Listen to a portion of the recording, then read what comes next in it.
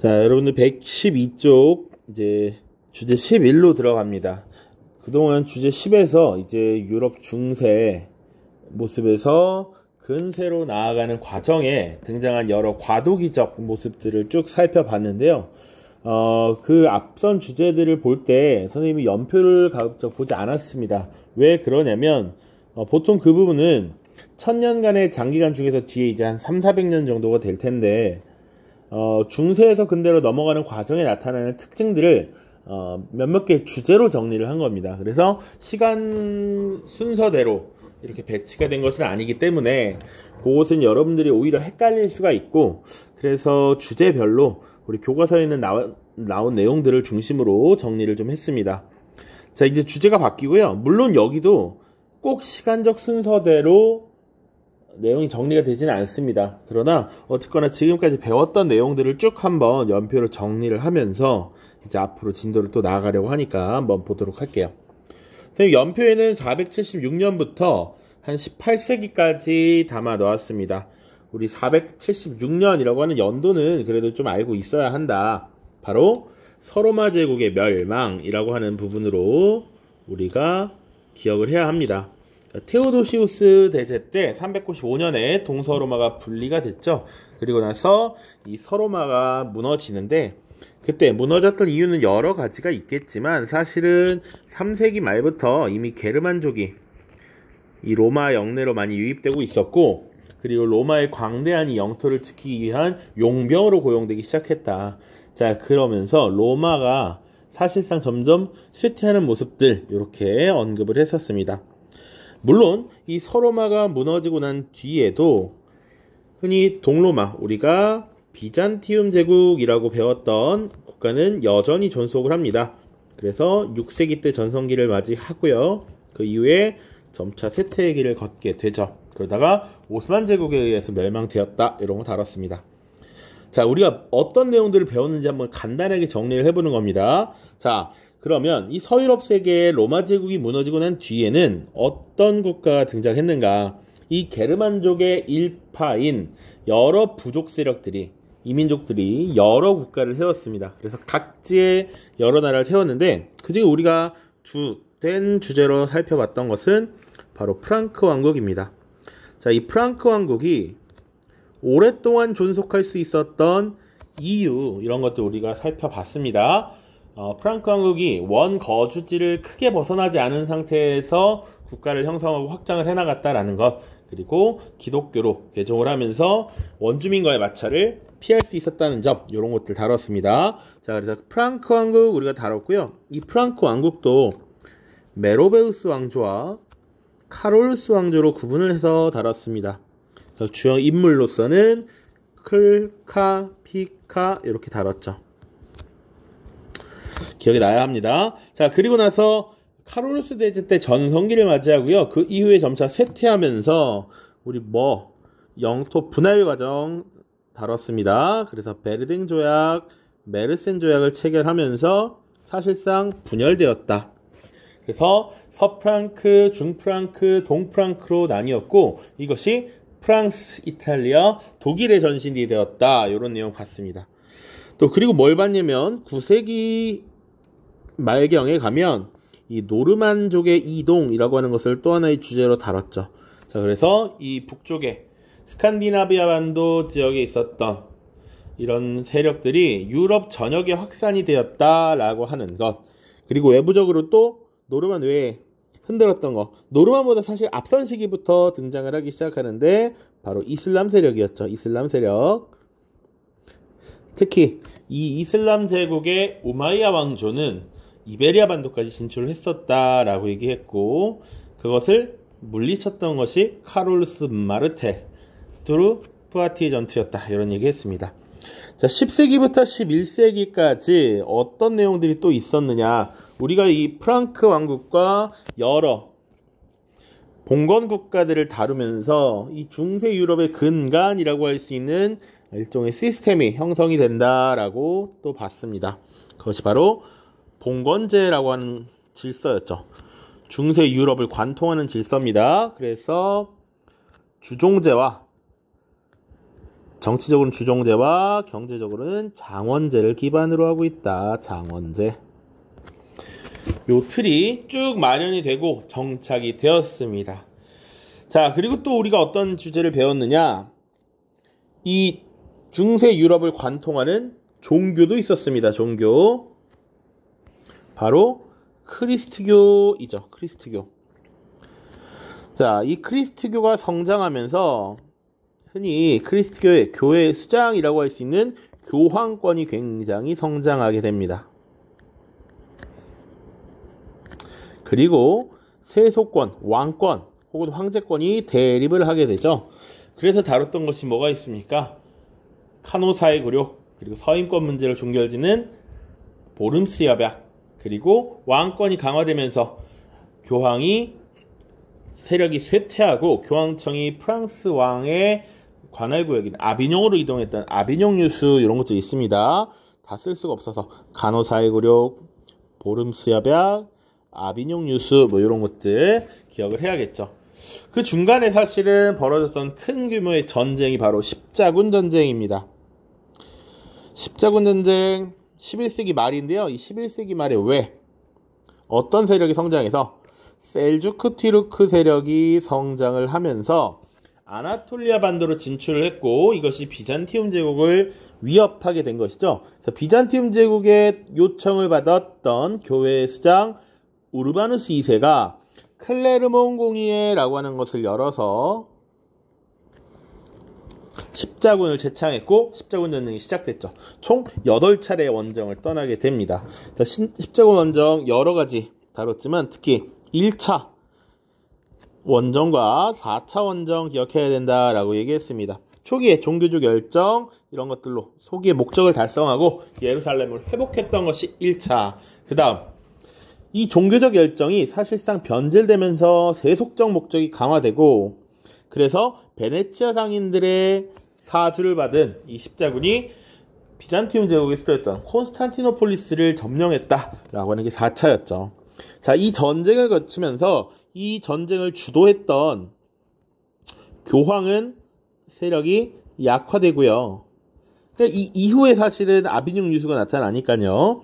그리고 봉건, 영주들의 세력, 기사들의 세력이 많이 약화됩니다. 반면 중앙 집권화를 노렸던 국왕권은 강화되는 모습이 나타나죠. 자, 그래서 이 국왕권의 강화 과정에서 나타나는 봉건 국가의 특징들 봤습니다. 영국, 프랑스, 신성 로마 제국 쭉쭉쭉 다뤘습니다. 물론 이 강화된 왕권은 보통 영국과 프랑스의 사례이고요. 이탈리아와 독일은 굉장히 왕권이 약한 상태로 국가가 계속 분열되어 있었다. 이런 것 보시면 되겠습니다. 자, 이 시기에 봐야 된 또 다른 특징은 이 과정에서 동방무역이 굉장히 활발해졌고 그리고 이 과정에서 교역이 굉장히 활성화되다 보니 도시가 성장했다라는 겁니다.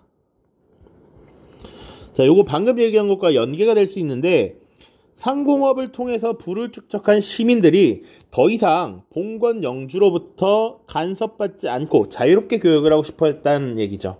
그래서 이들은 어느 정도 봉건 영주에게 금전적인 지불을 한 뒤에 도시의 운영을 스스로 자치적으로 할 수 있는 자치권을 획득합니다. 그 자치권이라고 하는 것을 보장받는 문서를 특허장이라고 한다. 자, 그래서 특허장을 받아서 자유로운 도시 경영을 하게 되고 더욱더 상업이 발전할 수 있었다라는 것이죠. 그리고 교역이 늘어나면서 유럽 세계의 교역권이 형성이 되는데 주로 이 북유럽 교역권과 지중해 교역권 두 개 봤고요. 이것을 연결해 주는 것이 바로 쌍파뉴 지역이었다. 또 언급을 하자면 북유럽 지역의 주요 도시들이 한자 동맹을 결성했다. 이런 것들도 같이 알아두면 훨씬 좋겠죠. 물론 지중해 교역권에서 베네치아, 피사, 제노바, 밀라노 이런 도시들도 나름 그 롬바르디아 동맹이라고 해서 자신들의 상권 보장, 이익 보장을 위한 노력을 벌이게 됩니다. 이런 내용들 지금 우리가 다루고 있다. 기억이 나야 됩니다. 자, 그리고 왕권 강화의 정점, 우리 중세 유럽의 끝판왕이라고 하는 전쟁이 바로 백년 전쟁이 있었습니다. 이 100년 전쟁은 누구와 누가 벌인 전쟁일까요? 바로 영국과 프랑스였습니다.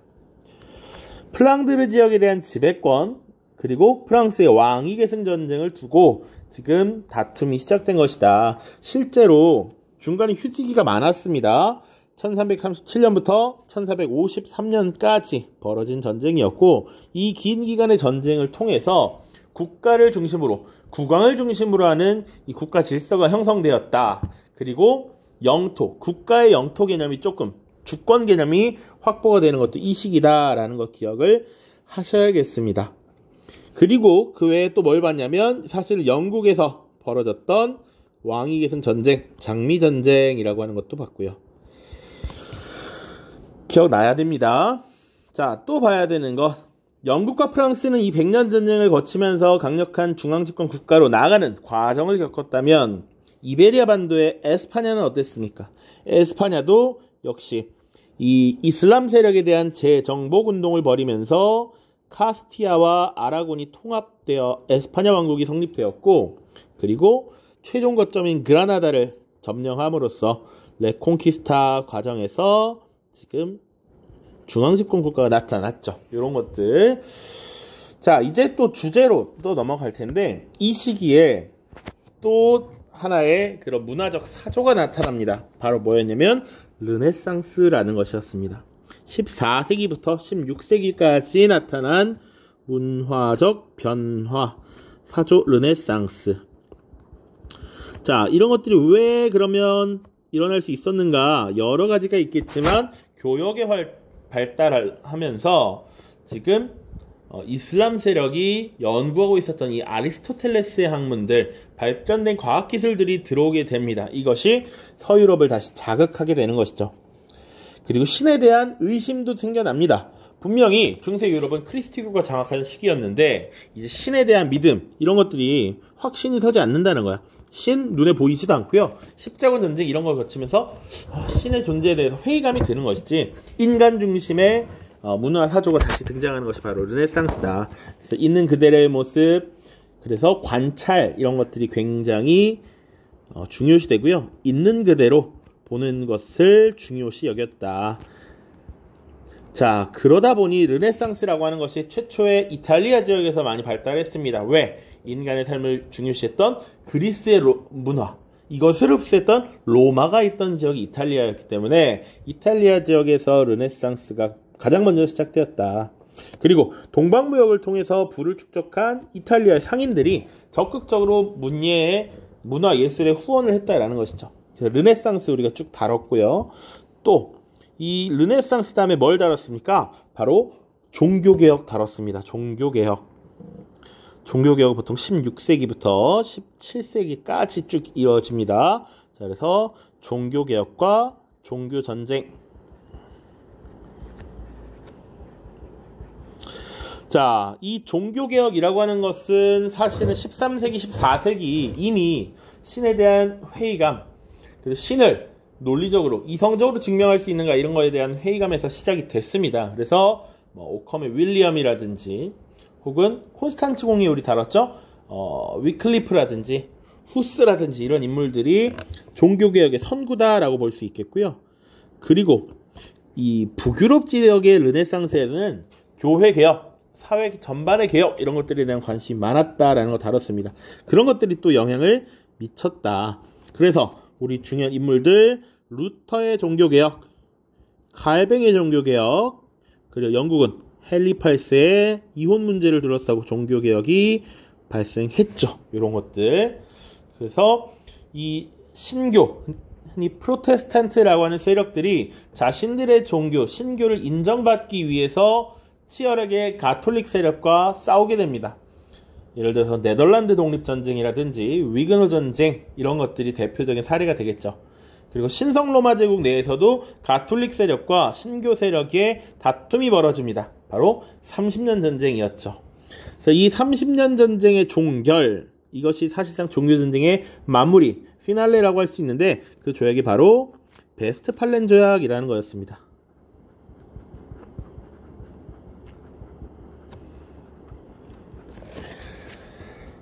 자, 지금 이제 거의 막바지를 향해 달려갑니다. 자, 그 다음에 우리가 다뤘던 주제는 뭔가요? 바로 이 시기에 르네상스 종교개혁 이 시기와 함께 맞물려서 등장하는 강력한 군주권 기억을 해야 됩니다. 보통 빠르면 16세기, 17, 18세기까지 쭉 이어지는데요. 보통 요런 정도라고 보시면 되겠습니다. 바로 절대왕정이죠. 절대왕정. 보통 서유럽의 절대왕정이 16세기 중후반부터 17세기까지 나타나고요. 한 세기 늦게 동유럽에서 17세기 말부터 18세기까지 나타납니다. 그래서 강력한 군주권이 이제 등장하게 되고, 이 군주권을 보장하기 위한 여러 가지 장치들이 있었습니다. 사상적으로는 왕권 신수설, 그리고 정치적으로는 막대한 국가 통치를 위한 관료제, 상비군, 그리고 이것을 유지하기 위해서 막대한 재정이 필요했는데 당시 도시상공업자들의 후원이 있었다. 그래서 이 국가는 도시상공업자들의 상업을 보장하기 위한 어떤 중상주의 정책 이런 것들을 추진했다라고 얘기했고요. 또 봐야 될 것, 그 다음 이제 오늘 다룰 주제들인데, 이제 과학혁명이 발생하죠. 과학혁명. 자, 과학혁명이라고 하는 것은 여러 가지 요인이 있을 수 있습니다. 자, 르네상스의 영향이라고도 볼 수가 있어요. 자, 있는 그대로를 중요시했고요. 자연, 우주 현상에 대한 관찰이 굉장히 발달합니다. 그 과정에서 과학이 매우 눈부신 성장을 이루게 되는 것이죠. 절대왕정 시기 강력한 군사력, 이제 화포, 화약의 사용 이런 것들이 늘어나면서 이것도 하나 한 몫을 합니다. 또 하나 주제 빠뜨렸는데 신항로 개척이라는 주제가 있었죠. 16세기에 주로 나타난 신항로 개척. 이 과정에서도 과학의 발달이 많이 필요되게 되지. 이런 것들이 전반적으로 과학의 발달을 초래했다. 그리고 27세기는 그래서 이 자연현상에 대한 관찰 이런 것들을 굉장히 중요시했던 천재들이 많이 등장합니다. 그래서 이 과학혁명이 일어났던 17세기, 물론 18세기까지도 보통 16, 17세기로 많이 봅니다. 그래서 17세기를 보통 천재들의 세기다 이렇게 부르고요. 그 다음에 우리가 봐야 되는 것이 주제가 뭐냐면 이런 과학혁명 이후에 나타난 여러 가지 사상적 측면입니다. 과학이 발달하면서 어떤 현상을 과학 연구처럼 실험이나 관찰을 통한 결론 도출에 이르게 되는데, 그런 것들이 나중에 경험론, 합리론이라고 하는 이제 과학적 사고가 등장하게 되고요. 또 봐야 할 것은 우리가 지금 우주, 자연현상도 나름 일정한 법칙에 따라 움직인다라고 하는 것을 증명해내. 대표적인 게 뉴턴이거든요. 자, 그래서 이 사회나 국가도 어떻게 형성되는지 그 원리를 봐야 되겠다. 그래서 등장했던 이론들이 바로 사회 계약론입니다. 또 그 다음에 자, 우리가 지금 인간의 이성으로서 이렇게 과학을 발전시켜 왔어. 그러니까 우리 인간의 이성이 최대한 활용이 되고 극대화된다면, 발현된다면 인간 세상에 이 지구의 진보를 이룰 수 있다라고 하는 것들이 나타납니다. 그것이 계몽사상이라고 하는 형태로 등장을 할 겁니다. 자, 그리고 이런 사상들을 기반으로 해서 이제 절대군주, 절대왕정을 무너뜨리고 시민이 국가의 주권자다라고 하는 인식이 확산되거든요. 그래서 각종 시민혁명이 일어나게 되는데 그것이 보통 18세기에 나타나죠. 그래서 18세기를 시민들의 세기라고도 표현합니다. 자, 지금 우리가 유럽 중세에서 다룬 내용들을 쭉 정리하면서 우리가 이제 배울 내용들을 또 언급을 했습니다. 그렇기 때문에 일단은 영상을 한번 끊고요. 본격적으로 과학혁명, 그리고 사회계약설, 계몽사상 내용은 하나의 영상에서 다시 만나도록 하겠습니다. 모두 고생 많으셨고요. 다음 영상에서 만나도록 하겠습니다. 안녕.